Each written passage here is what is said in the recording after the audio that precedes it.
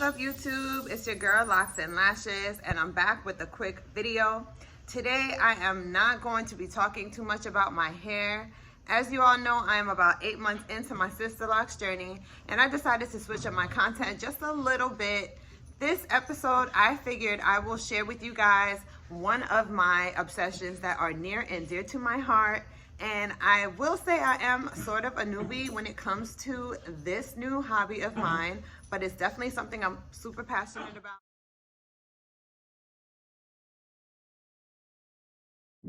I am a plant addict, you guys. This is just behind me. You guys can see just two of my larger plants in my collection, and I can say I probably have over 100 different plants and multiple different species in my home as it stands. And I am not ashamed, because I will tell you, people come to my home all the time and compliment me on my decor, including my plants. I will say I've got some green thumb action going on that I will say I probably inherited from my father. As far as I know, and as far as I can remember, he's always been into, you know, growing herbs and vegetables and fruits in our backyard. And being from the islands and the West Indies is definitely something that is native and inherent for me. So I definitely am excited to share with you guys some of my plant collection, and I today decided I wanted to do a DIY project. I'm going to have my daughter filming. I'm going to be creating my own rainforest terrarium. I purchased a few items from my local stores, and this is going to be my first time, and I just decided to document and share with you guys. So if you're interested in seeing the way that I make my terrarium, inspired by my trips to Costa Rica, stay tuned. Okay, you guys, so in preparation for my DIY terrarium, I went to my local store and I bought a few products. I got some of these pebbles and rocks that I have right here. Not gonna open them, I don't wanna make a mess just yet. Know what's coming. Charcoal, some horticulture charcoal that's in here. Potting soil, of course. Cannot have any of my terrarium plants caught without any potting soil. I also got some sphagnum moss for the aesthetic appeal of the terrarium, and just some other random things to add to the terrain. Some of the plants that I decided to put in the actual tank. This really cute shingling plant. Realized that she probably needs to be in a more humid environment. And so here is the plant that I'm probably going to end up transferring into my terrarium. This is the one side. And here's the other side. Plant right here. A lot of you may know it as the string of turtles. One of my favorites. It is super, super cute. And with the right conditions, super easy to take care of. I've got my little piper right here. For me, at least, it's super difficult to maintain the proper conditions outside of a terrarium or a place that is very humid, and so I think I'm going to transfer this as well. Little palea over here. It has different cycles. We're full and happy, and then it drops off and dies. I have not found the right balance to keep this plant happy, and so I'm going to try my luck and transfer this plant. I have been super frustrated. Love how this plant looks. Hopefully she likes what I do and she will thrive and grow. So this is my Adansoni, my Monstera Adansoni, and she is happy now. We went through, she was on her deathbed pretty much. It literally was dropping leaves left and right. It started turning brown. I think I had purchased it a little bit sick, and I did some research, and I know that this plant is going to thrive in the humid conditions. Araphidophora is right here, and another beautiful rainforest native. And I feel like I'm going to remove one of these stalks and leave one and just see if I could grow it in that environment. Philodendron, these heartleaf phillos, but I could not. This was $24. You guys, a full healthy head. Look at this philo beauty. I cannot, like, I am super obsessed. I had to get another one. but the one that I currently have is a bit small. Another one of my faves, I decided to clip off one of my mother plants, is my Philodendron micans. And I believe this is going to be another beautiful plant to be able to grow in my terrarium conditions. Look at the foliage on this, you guys. I just absolutely adore this plant. It's so beautiful, so pretty. My pothos, clipped from my mother plant as well. Nice, got a begonia variety right here. That's also gonna be in my terrarium. Has like a very trippy, iridescent sort of feel. A hanging plants that I've had for some time that's thriving, and decided to make some clippings from the mother and try it out. Have this one right here. Got another one right here. I'm sorry, you guys. This looks like some sort of like palea. Don't quote me. This one was an interesting one. I haven't had any plant that kind of looked like this before, and I just figured, hey, why not? It looks like it belongs in a terrarium. And let me tell you guys, I see plants for sale. I'm going to probably stop and buy. Willing and able to carry plants, I'm probably gonna buy them. So if anybody's ever wondering what to buy me, always gonna be plants. Simple and straightforward. Here's another plant that I purchased today for my terrarium, and this one is really, really, really delicate and cute. So I think it's gonna make a really cute addition. Plant that I just lost a leaf from, but that's all right. But this foliage has like some red tones in there as well. So that's gonna give a little pop of color. And last but not least, I have this buy that I purchased a few weeks ago as well. And after doing some research, I saw that this is also really suitable for a terrarium.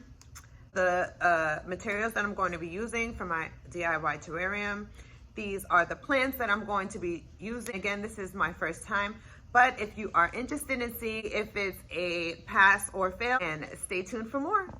Really quick, I just wanted to show you guys the containers that I'm going to use from this store in my area. But I do have to clean it off a little bit. Yeah, this is gorgeous, and it's gonna go beautifully cute. Much more simpler. If the kids do get into it, they won't be able to break it. It won't cause too much damage. And so I just thought this was a better option. If you're in the Houston area, it's definitely a wonderful shop. I'm going to show you guys how I'm gonna put this thing together, and keep fingers crossed, you guys.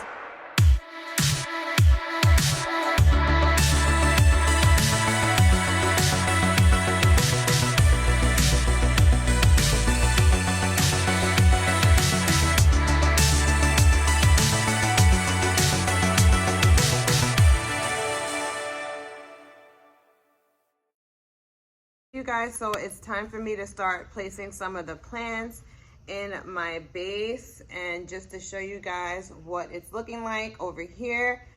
The only thing I did was really add some more pebbles to the top just to make it look a little bit jazzier. It was looking a little plain for my taste. So I'm getting ready to create some spaces for these plants and separated some of them from the mother plants. So we are looking a real ball-headed right now.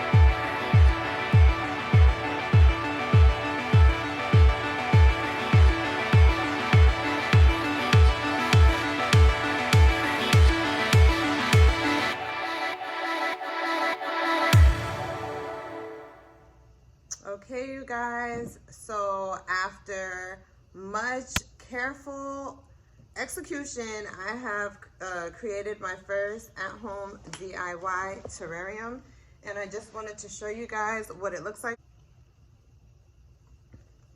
Lots of creepers and climbers and trailers going on, but all of them love the humidity and environment of the rainforest.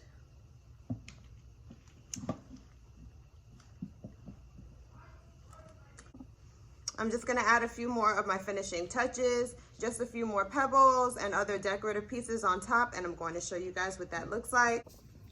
So I added my little razzle dazzle, as I said. A whole lot going on, but let me put the cover on it, water it, and show you guys the final result.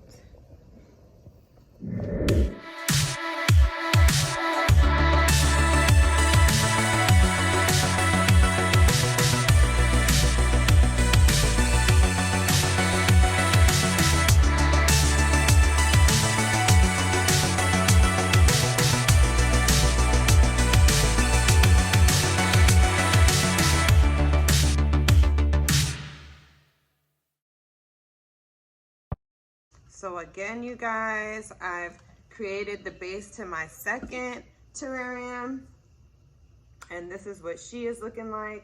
Pretty much the same thing, probably just used a little bit more of the green moss for the last terrain, but this is pretty much the same exact thing, all the same ingredients, and I'm going to show you guys what it looks like when it's all put together with my plants included. So I finally finished my second set and I am tired, but let me show you guys before I wrap it up what it's looking like. This one has a bit more color and texture and it's a little bit more crowded, but it's the look I was going for. So I'm going to water this quickly. All right, y'all, so I've completely finished setting the stage for my at-home DIY terrariums. And let me tell you guys, I am super proud of myself. I think I did awesome for my very first time and being very new to the whole plant world in general. I'm really happy with this, you guys. This is my first terrarium that I created. You guys can see all the hard work and dedication it took. Look at my Manny, already hot mess alert, okay? But it was definitely worth it. Can you guys see all of the different foliage that I was able to cram into this one container? And I'm not so worried about it being overcrowded, just for the simple fact that I'm not going to have this be my permanent fixture for these plants. And also because a lot of these are slow growing and they are very native to the rainforest environment, and they do and will do well. All right, y'all, so here's the second terrarium. So for some reason, this one looks a whole lot more lush, but it's probably because of the choice of foliage that I did select for this tank, and more than likely how it is situated and how I place them. But let me give you guys more views.